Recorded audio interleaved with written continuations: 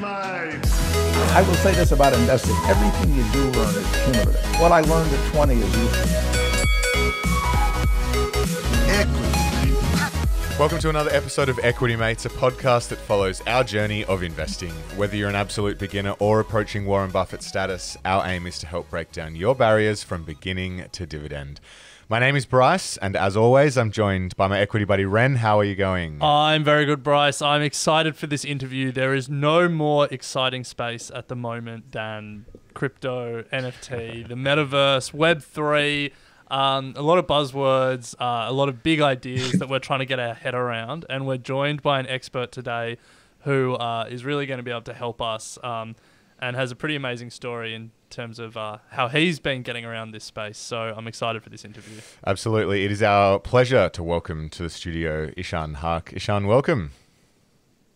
Thank you, guys. So glad to be here. Thank you so much. So Ishan is the co-founder of Germinio, a $50 million Australia-based fund targeting crypto, NFT, and metaverse investments. So we thought it was a great opportunity to sit down with Ishan and unpack everything that's going on in the space, get an idea of what's attracting his attention, and hopefully get a few tips along the way. Yeah. And figure out how we can build something in the metaverse. Yeah. But Ishan, when we were researching for this interview, we read about your backstory and how you got into this space, which is, we think, a really interesting story. So we'd love to start there. What was your first introduction into the metaverse and all of this space, I guess? Yeah. So I guess probably going to date myself a little bit. If we go back to like high school, I built what many would consider is like a metaverse-like business. And so I've been a gamer sort of my entire life. And if you guys know a game named Minecraft, for anyone listening that doesn't know that, your kids probably play it or your grandkids. This was a game where you can like sort of design and create these virtual worlds and then monetize them by selling virtual items to players. And it wasn't on the blockchain.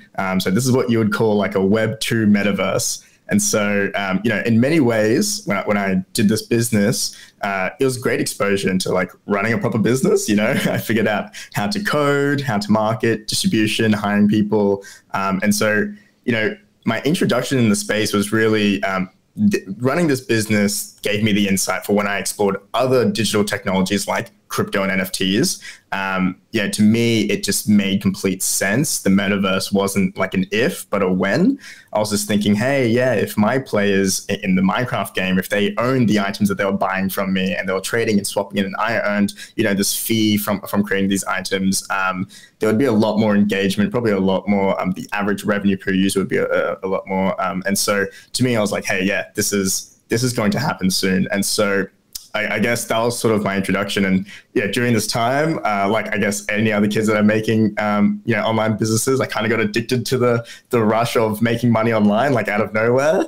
And so, I think I was this very curious kid that thought business and investing was very fascinating. And now that I had like money coming in from a small business, I turned to the markets and, loved the concept of your money making money as everyone does. And so, I went pretty ham on investing during the high school phase. I was one of the top posters on like Hot Copper. I remember like in physics class, I was like reading through all the 4Cs of all the small caps and looking at all the 3Bs. I think it's like 2A now, but calculating the fully diluted market cap of all these like companies. And I was part of all the rallies that were in the past like 5 years, BrainChip, Get Swift, the weed boom, the milk boom, all of it. And so, pretty long-winded answer, but all that stuff I was doing, just got me introduced into sort of investing in business, I guess. Making money out of nowhere must be nice. So, Ishan, you were an investor in Animoka Brands. They're a company that were focused on the crypto gaming space, but they were booted off the ASX in 2020. So can you tell us about this investment? To add to the sort of backstory, because I was doing all that stuff, I guess I was like involved in commerce and code. That's what I was primarily doing. And so it only made sense that I would go study like finance and computer science in university. And then during uni, I was trying to find like the next big investment. Everyone wants to like find like the one that goes 100x.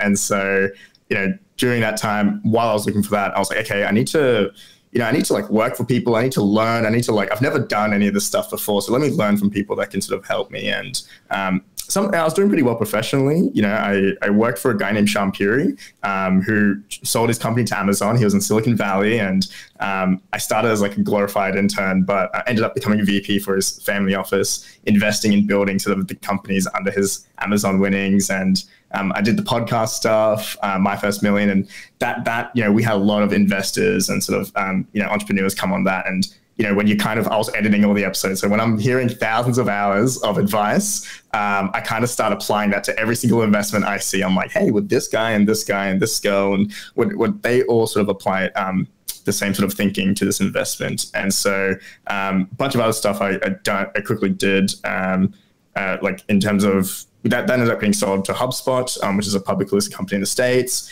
I was head of growth for Wes Blundy, who's based in Sydney, and also Ishans, like 8-figure D2C brands.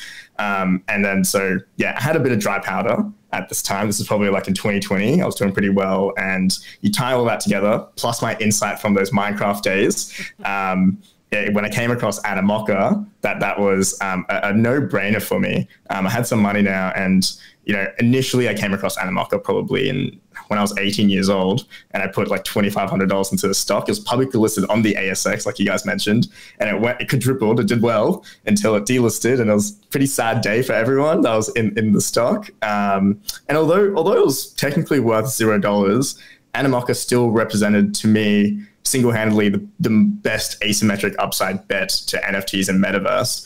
And so when it was late 2020, so it's not too long ago, I think crypto hadn't made like the new highs yet, and NFTs and metaverses, it's only like almost a year ago, but NFTs and metaverses weren't really a thing at all in terms of in the mainstream. But Animoka itself, was a Hong Kong-based company dealing in blockchain and crypto assets. At the time, was worth nothing, and so this was not a company or a market that was on the up and up. So it didn't make sense to buy then. And so many wanted out. But yeah, like I said, all the sort of past experience I had, I was like, no, this company's ticking the boxes. I wanted in more than ever.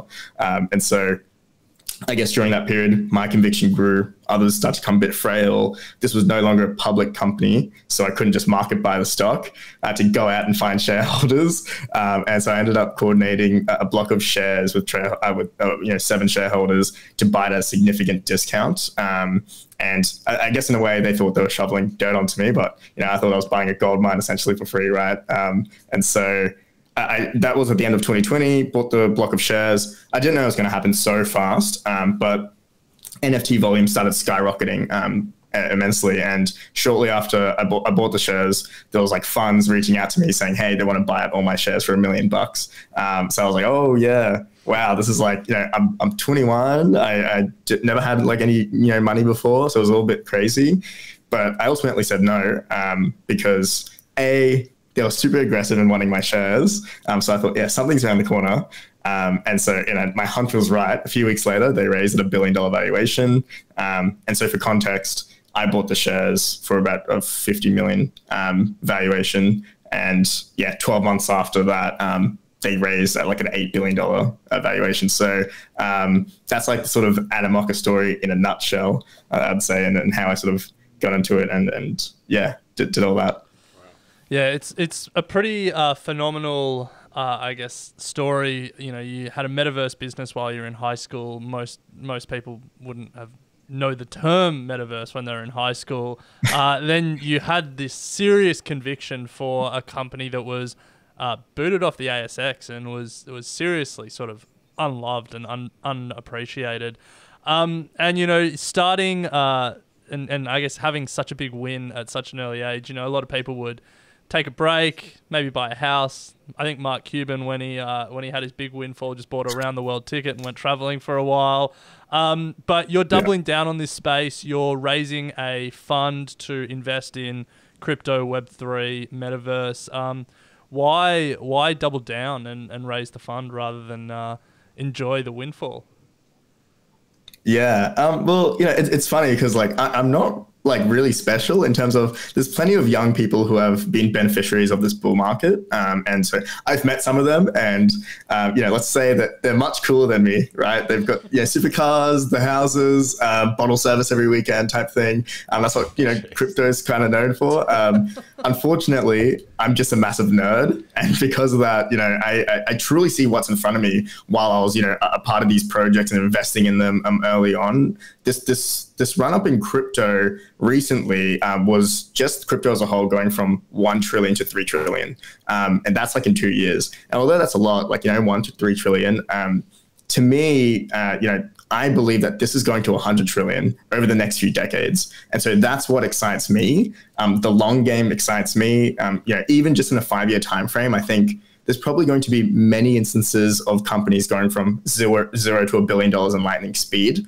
And so, I can't take a break. I feel like I don't want to. I feel like missing a few months could mean you miss out on sort of these generational outcomes. And so, I don't get distracted by the paper wealth because, a lot of my Animoka, I still hold all of it. So it's on paper.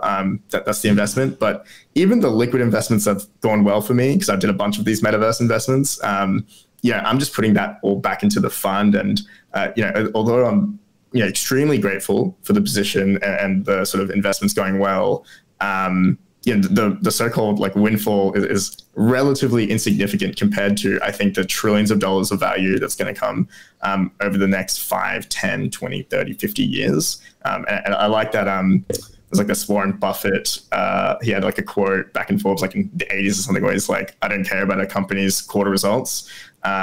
I think that's right. Yeah, don't look quarter to quarter. Don't get bogged down and take a break then. I think, this is just kind of starting. And what great time to sort of raise a fund and double down, especially when things are 80% off discount. So I feel like it just makes sense to, I'm a bargain hunter in nature. I bought the Animoka shares at, basically dirt cheap for free. I'd love to do those sort of investments again. Yeah, nice. So let's turn our attention to Germinio. You're partnering with Jack Teo, the son of TPG founder David Teo, and you've launched Germinio. So how did this partnership come about? Yeah, so I guess people started hearing about the investment, and Jack Teo, he sort of his family started TPG and did the merger with Vodafone. He sort of ran Teo Capital, built Oscar Wiley. So he did all these things, or he had all these accolades, and he cold emailed me after reading an article about my Animoka investment. And he said he was very impressed with the investment and that we should chat. It was literally just those words. It was very quick, short. And so we just started chatting every day about projects that we're involved in. We're exchanging deal flow. And I think after a while, he was like, look, everything you're touching is sort of turning to gold. You should start a fund and I'll back you. And so, that's kind of the story. It's pretty simple, cut clear. It's pretty random. I never really wanted to sort of, start a fund. I was like, hey, I think a part of the reason why I'm doubling down now is, like I said, my Animoka stuff. It's still I hold all of it. I'm doubling down. I don't have more money to deploy into all the great projects I'm seeing. So why not raise a fund to keep doing what I'm doing and to do it with him? So you're raising money from high net wealth individuals, many of whom probably, well, I'm assuming most of whom didn't make their money in this space. So crypto, NFT, metaverse, Web3, I'm sure you get a lot of confused looks from investors when you're speaking to them. How do you describe it? Yeah. Give us the elevator pitch for this whole area of the market and why it's so exciting. Yeah, I guess the pitch here is you're right. A lot of the roadshow I did to raise the money, it was an education lesson for most people. And the first thing I would say is at its core, is the world going to be more digitally immersive or less? Right? Are we going to go from these cool electric cars like a Tesla? It's nice, futuristic, simple. And are we going to go from those and then go back to horses and carriages? But probably not, right? And so if that's the case, then as the digital world starts to eat the physical, yeah, I hope you agree with me that digital assets that live within those digital worlds are going to be deeply re-rated to reflect that. So, I think attention is a derivative layer of what forms GDP in the physical world. If more of your attention switches from the physical into digital, I think that your dollars are going to be spent in a digital world on digital items and less on the physical world with physical items. And so, like a lot of people are coming to this conclusion that these digital worlds are providing an entire new layer of GDP, and it's up for grabs. And so, yeah, a lot of these investors, like you're right, they're pretty old dudes that don't know much about these digital worlds, and they've never played these games. And so I say to them, look, if you don't care, one day your children or your grandchildren might care the same, if not more, about their digital lives than their real one. Even just today, people care about, they don't really care about how they look in real life so much. When they take a photo on Instagram and they put a filter on it, they care so much about how it's going to be perceived online in a feed. Some of that stuff is going to transcribe and just get more and more sort of towards sort of immersiveness in the future. And so, even when some of the guys don't agree with me and don't agree with that statement, I say it's fine because, $1 trillion Facebook does, right? It's why they've made this initial $10 billion bet that the world is getting more immersive. So, and then when you just look at that, that $10 billion, that was in 2021. They're spending more year after year. They have a minimum budget of $50 billion over the next 5 years. That's 1/4 of their earnings. And then you just take that, you take one company's annual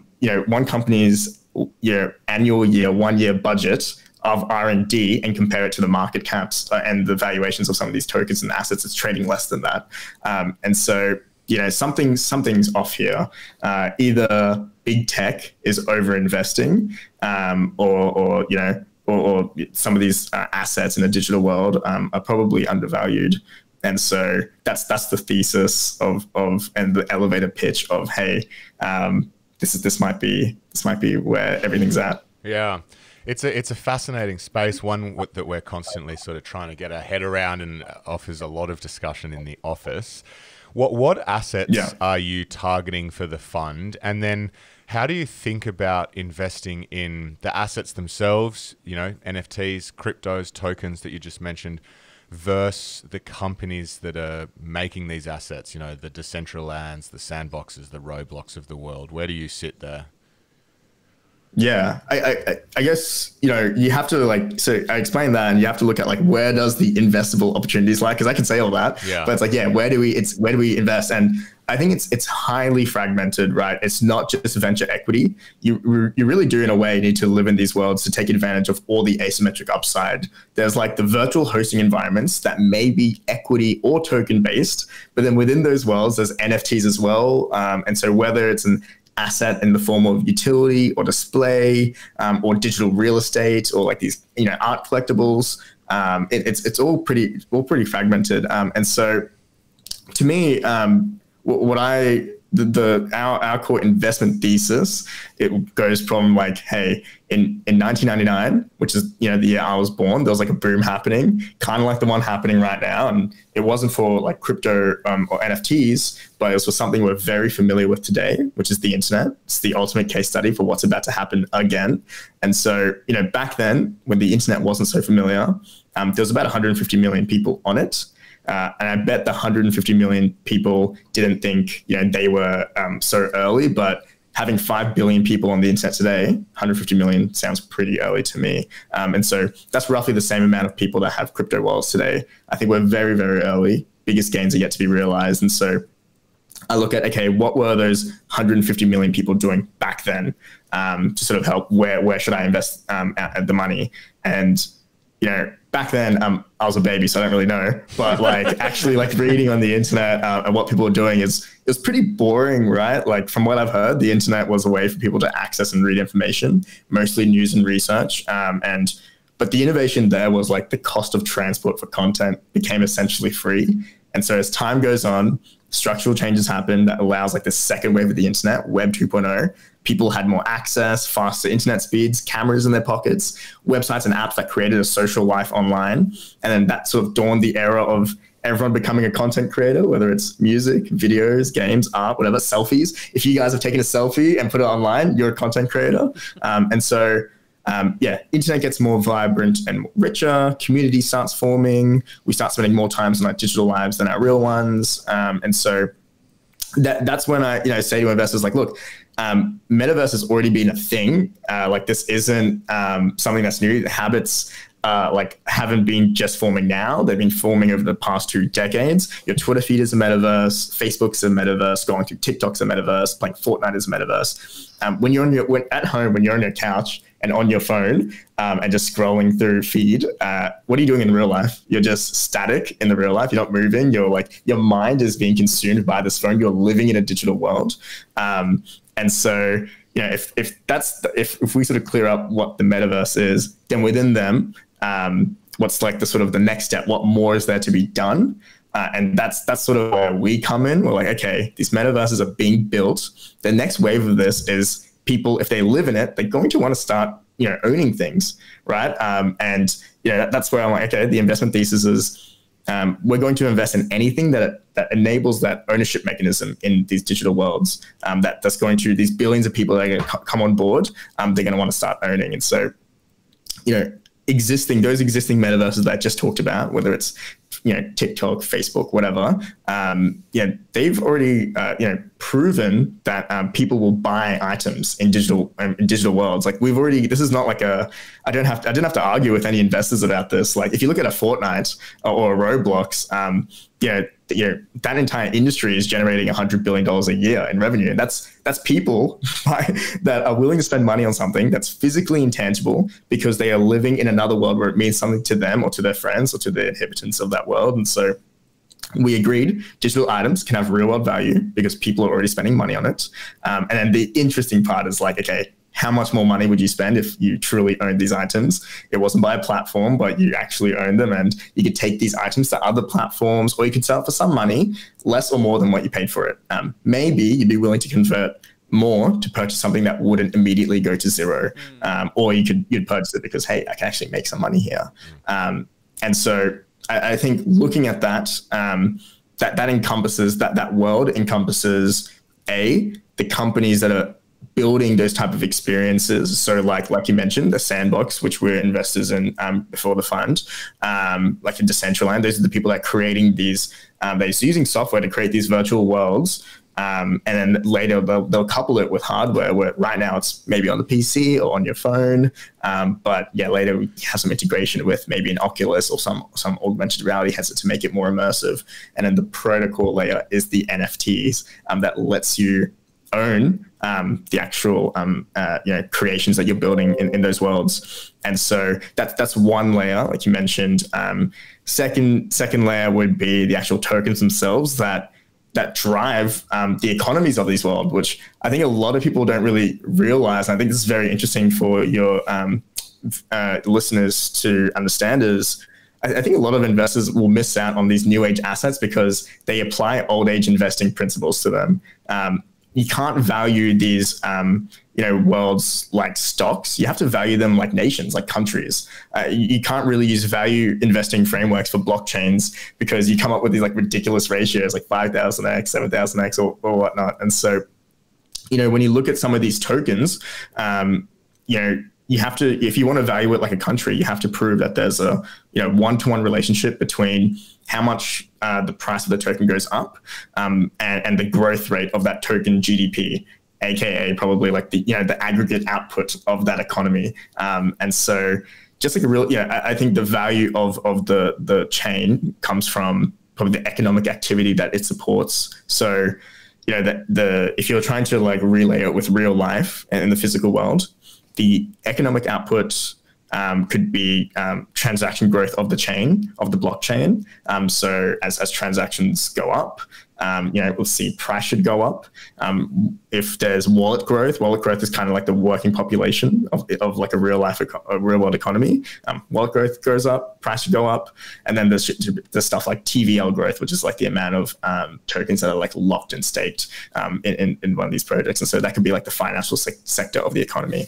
And so these are sort of new age assets. When you're valuing these tokens, that's kind of a way to look at them and to invest in. And then there's the direct NFTs, which you could do a million things with these NFTs. Right now, they're used for like flexing, and people are buying apes for like $1 million, which is that looks absolutely insane. But in the future, a lot of these NFTs won't be like worth $100,000 per NFT. They'll just be regular, under $10. You buy them, you use them, you sell them. Even if the price of like these NFTs go down as a whole, I think what's really important to look at is the transaction volume and the actual use case behind them. That's what we're looking at. Those are the projects. Those are the three areas: the venture equity, which is the companies that are building these environments and host these virtual hosting environments. In the token space, we're looking at investing in any tokens that are powering entire economies, and there's actual use cases behind them, and like kind of powering an entire nation or a country. And then in terms of the NFT space, we're not investing in the sort of toads and the skulls that go off for like $100,000. We like to invest in the actual utility behind them, whether it's a piece of land in one of these worlds that you can own, and then you can build experiences on those lands that generate income. Because remember, this is the first time that you can have a digital asset that's yield generating, which is like insane. I've got a friend that bought a piece of land in the Sandbox, and is like getting paid some designer like $300 to make an Eiffel Tower on it, and he's charging people like 5 sand to come and just look at the Eiffel Tower, and that's income generating. He bought the land for like $35. He's already made a couple $100, and yeah, like that's like a kind of, this is the kind of world we're heading into, where like there's unlimited possibilities. And a great one is probably that will get people to understand why I'm interested in the GameFi space.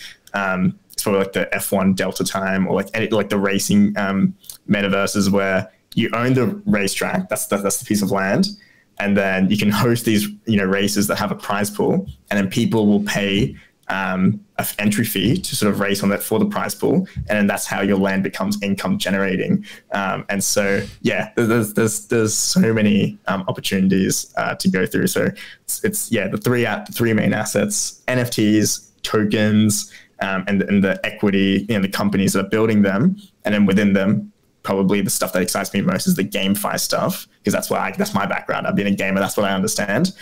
But it can encompass everything. There's DeFi, there's the on ramps and off ramps from going from fiat into tokens. I think there's a lot of space. So I just gave you guys like a massive rant, but it is just. I think it's pretty important to understand. It's really fragmented. It's fascinating, and just some of those examples and what you're talking about there is just.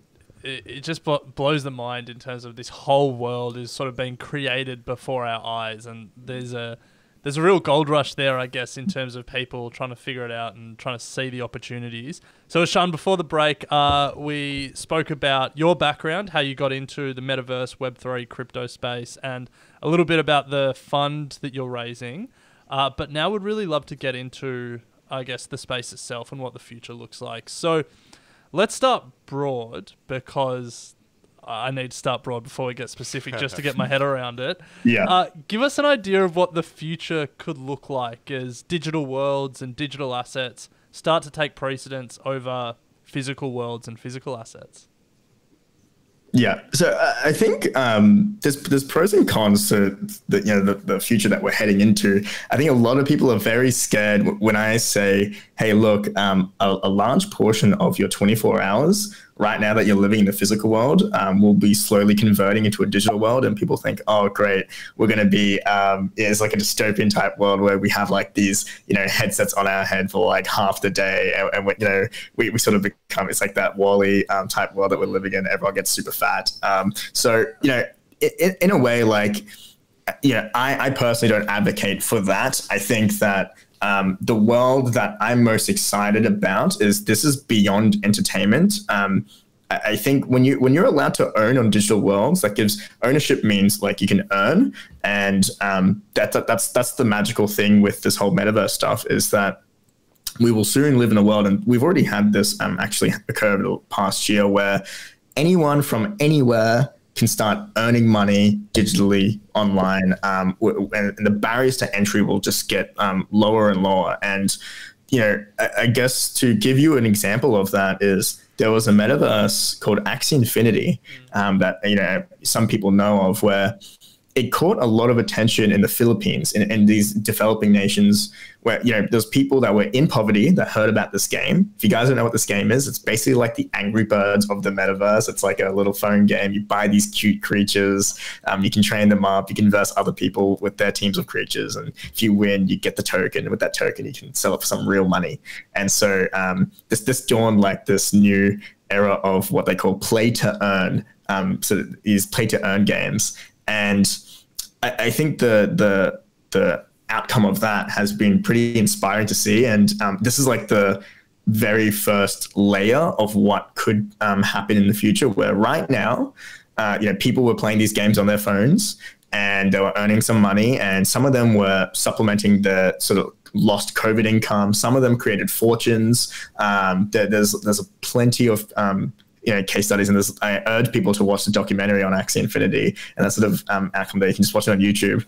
And that was the first case of it. It's like I think the biggest thing that excites me is a lot of the time in the past, it was usually like nerdy kids like me playing these games. But now the metaverse eats everyone.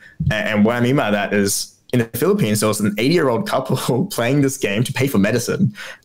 This is no longer just like nerdy kids in their bedroom. This is like, hey, if there's some real working opportunities, from your bed, like we had COVID unfortunately happen, and plenty of people resulted to remote work and working from online.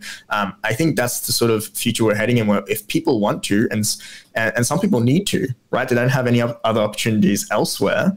I think that a lot more people beyond just the gaming stuff are going to find either these opportunities online and work from online, and it's not so much the sort of world that we luckily live in these sort of first world countries. A lot of these developing nations are going to sort of fast track a lot of growth through tapping into the metaverse, and I think that's the future that I like and I want to see and I want to help build.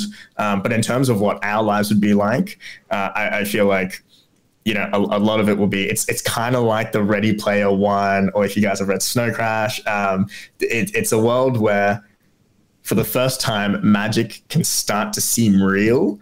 We've got a combination of technologies. If you just put like an Oculus headset on your grandma or something like that, they're going to shit their pants. It is insane. I don't know if you guys have done it before, but yeah, it is insane. Like how fast some of this technology is progressing to make digital more immersive. I know Meta, previously known as Facebook, are working on like the finger haptics to make it so you can actually touch things in a digital environment. And so the way it looks like is you will either access a digital world, probably through a headset or glasses, and it's going to most likely meld with the physical world, so some form of augmented reality. You'll either work from it, you will game in it, you will be educated through it, you can hang out with your friends in it. And then through that, the world will be pretty magical, right? You're no longer restricted by, physical space or, physical constraints. You can see dragons flying along in the sky. Like, you can't do that in real life, right? The world gets a bit more colorful in that way. And on top of that, since you're living in it, you'll probably start wanting to own some stuff. So just like how you'd go out, you'd buy a new apartment, you'll go to like a furniture store and you'd buy a table for your home because you want to decorate it. This is your place of where you live. You're so proud of it. You're going to feel the same about your digital home, where you're going to have friends from other countries and your friends that, or maybe like in different cities, they want to come visit your home. You're going to want to spend real money to have a cool looking table because like this is now where you hang out and where you want to impress your friends. And so, yeah, I think that's kind of the idea of where this is going, and it's been developing over the past 2 decades. We're caring more and more about what we look like in our digital presence. It's just going to sort of manifest itself more as we go along. All I think when you say your digital home is that's another house price that will get out of reach and we won't be able to afford. Get in now. Get in now. I remember coming across an NFT that was a replica of an apartment in the Burj Khalifa. Okay. Yeah. Not bad. Level 30 or something like that. Did it come with like it was your place in the metaverse? I think it was your place in the metaverse. Okay. Yeah, there was like a just like that you're buying off the plan here. They said they were going to build like a full replica, and you could buy one of the apartments in there, and eventually, take your mates and go hang out. Yeah, I think, like guys listening, if you think house prices in the real world are pretty expensive now, just wait. The metaverse, they're going to get expensive soon enough. So I'd recommend, live in a tiny house in the real world and just put the headset on and live in a mansion in the metaverse. That's the way to go. Just wait until the banks start realizing they can offer mortgages in the metaverse. Yeah, Just true. opens up a whole other world for them. Yeah. True. Yeah, all the stuff is going to get pretty exciting. So when we talk about metaverse, one thing that we often try and get our heads around is the different visions of the metaverse. So like Facebook obviously changed their name to Meta, and they're building their version of the metaverse. Nvidia has been speaking a lot about the omniverse. Then we've heard from a number of people in the crypto space about the decentralized metaverse. How do you think about these different visions for the metaverse? And I guess the key question is, are they compatible with each other, or are some of them going to have to lose as this whole vision gets built out? Yeah, I think for the most part, not a big fan of what Facebook and a lot of the big tech guys coming in and what they're doing. I think a lot of they're building these walled gardens, right? Where they're going to want you to, they want you to live in their world and use their services. And the whole, I think, the crypto community was born out of, hey, this is decentralized. We want to use whatever we want. We want to work together. We want all these projects to sort of mend in and work together. We don't want to, go to a centralized authority and start building, adjacent to them. So, are they compatible with each other? Sure. I think this is not like a winners take all type market. You're literally talking about when you're building a new world, anyone that's living on the physical earth that's the TAM. So I feel like when you have like billions and billions of people ready to onboard, I don't think one world is going to be the winner. It's not a winners take all here. Just like in Web 2, I think a lot of people had this question as well, where they were like, hey, is Facebook, going to be the end all be all? Or when it started out, is MySpace going to be the end all be all? Or is Twitter, Snapchat, TikTok, like all of these new ones come up and about, and they a bunch of people flock to each one and use them how they will, and they use it in asynchronousy, right? Like I'll still message people on Messenger. I'll go on TikTok and watch a few things. I'll go on Twitter like to talk to different type of people. So I think it's going to be very similar. It's just a pattern. It's going to be very similar to Web 2. Remember, I don't think this is just the next iteration of the internet. This isn't like an entirely new thing. Metaverse is a massive buzzword. We won't be saying it hopefully soon. It's a bit cringy. It's a bit lame. So, I think that after a while, it's just going to be like how Web 2 played out. We will be transporting and portaling through all these different type of metaverses, and they will work with each other. And I think big tech just has like the sort of innovator's dilemma issue where they're too big and they're too slow to sort of create these new and exciting experiences that the people really want. And so, you will see that's what I'm most excited about. Otherwise, people say, hey, why don't I just buy Facebook stock or Meta stock if I want to be bullish on the metaverse? That won't really work out, I feel like, because I have a hunch they're not going to be the big winner here. So, Ishan, before we just move to chatting about investing in the space a little further and close out the interview, love to get your thoughts on your assessment of the Australian crypto industry. We've seen success with Immutable, Digital X, and a number of other big players starting to emerge as well. So how does Australia compare to some other countries around the world? Yeah, I think so far, I think Immutable guys doing the best job so far putting Australia on the map. But I think I assess the state of everything by talking to the people on the ground. I forget the stats for a second. You have to see like the enthusiasm through the eyes of the people in the trenches building these projects. I do a lot of talks. I go to unis. I'm help sort of run these like Web3 programs and seeing, students being so excited that like you're right, you're part of like this gold rush. You feel like, hey, this is my chance to sort of live like what it was like to be in a .com bubble or like the social media era. So in terms of companies being built out of here, I think there's a lot of great talent and a lot of projects in the early stage that I'm seeing being sent to me a lot. And it's usually, the younger people jumping on the bandwagon first. But, obviously there could be things that could help more. Like, it wasn't the best idea for them to boot off Animoka. Although that was essentially, they were Australian stock. They were listed here. That could have been a really great Australian story. But, now that they're back in sort of Hong Kong and, versus the other countries, I think Australia is still a little bit behind. And in terms of support, I think Singapore is like a great place where a lot of activity is happening. In America, America still has a lot of stuff happening in Miami and LA and New York, and a little bit less of San Francisco, where you'd think where all the stuff is happening there. But I think Australia could still do a lot more to sort of get this through, and even just us starting like this metaverse fund. It's been a bit of a journey legally and structurally, basing it out here in Australia. It's something that I've had to do a lot of education and a lot of talking, building relationships with people to sort of get on board. I could have had a much easier time doing it elsewhere, but I truly think, if this is the next iteration of the internet, the next Atlassian is going to be born out of Web3, and there's going to be great Australian startups, and I think Australia could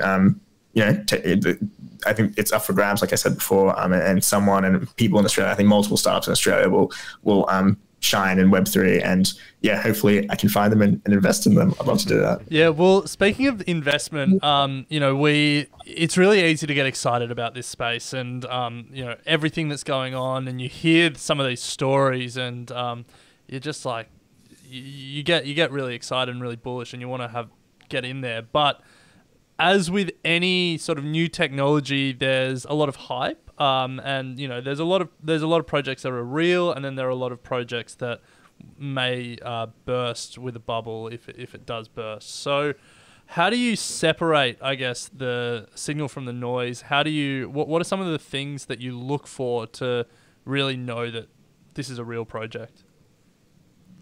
I think the biggest thing so far is community engagement. People actually active and talking in like the Discords and Twitter, and a lot of projects these days, like you said, there's a lot of hype and there's a lot of like botting of community, and they'll buy fake followers and they'll buy fake activities in the Discord and stuff like that. So you really need to go in and talk to people. I actually go into projects and I'll see the people that are in the Discords, and I'll like DM the people that are in those Discords and like see if they're a real person. I'm like, hey, where are you from? How old are you? Blah blah blah. How'd you find this project? I'll see if they're actually talking. You can tell if they're a real person by having a good chat with them, and even maybe getting a voice call and getting a group of them. So I think that's number one.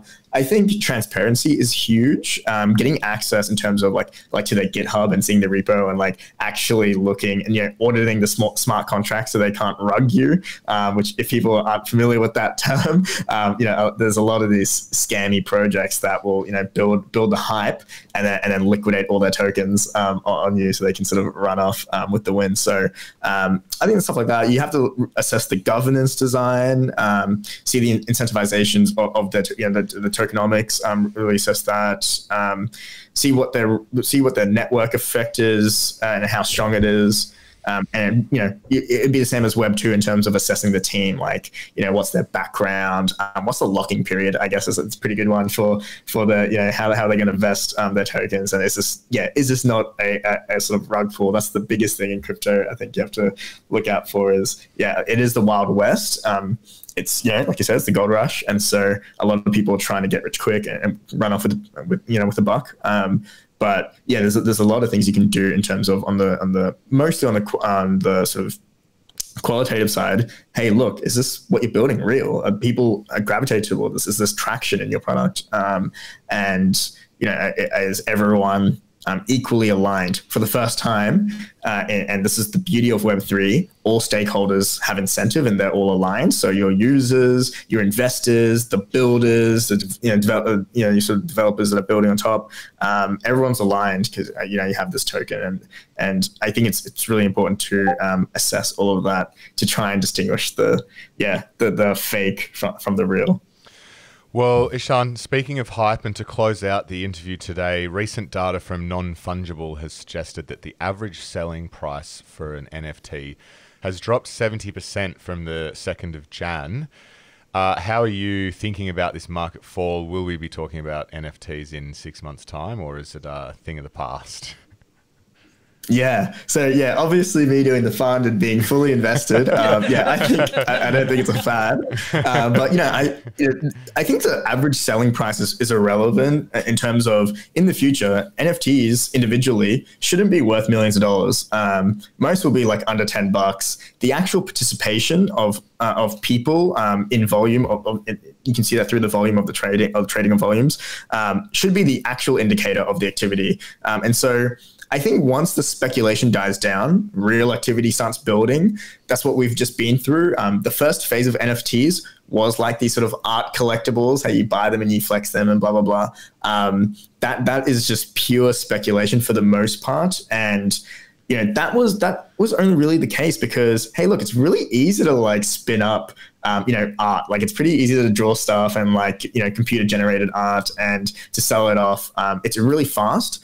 I think that's naturally going to be the first thing, and I don't. This isn't my quote, but anything great that has impact, someone said, starts off as a plaything for the rich, and that's what NFTs were. A bunch of people made these millionaires and billionaires were minted because crypto was going up, and what are they going to do when they have all this money? Are they going to go buy the stuff that these Web2 millionaires and billionaires did? Some of it, yeah, but some of the people would want to allocate some of their winnings back into the ecosystem that made them that was their wealth creation vehicle. And so that's why you've seen like all these sort of crazy NFTs going for millions of dollars and whatnot. But this is still from a pretty small sample space of a few million people.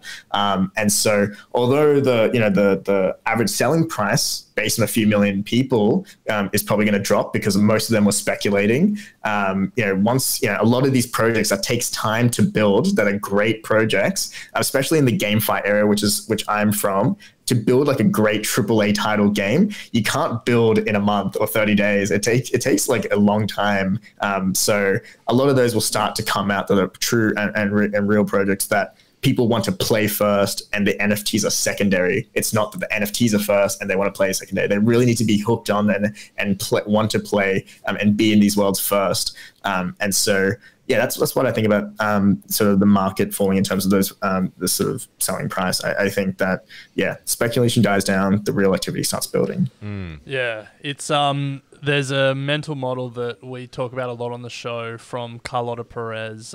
Talks about how whenever there's new technology, capital floods to that sort of new exciting technology. That capital forms a bubble. That bubble bursts, and then out of that, the sort of real projects, real companies, real use cases of that technology emerge. And in the dot-com bubble, we saw out of the ashes of the 2001 market crash, we saw Amazon and Google and Microsoft really emerge and have their 2 decades of dominance since. So, Bryce and I talk about that in the crypto and NFT space.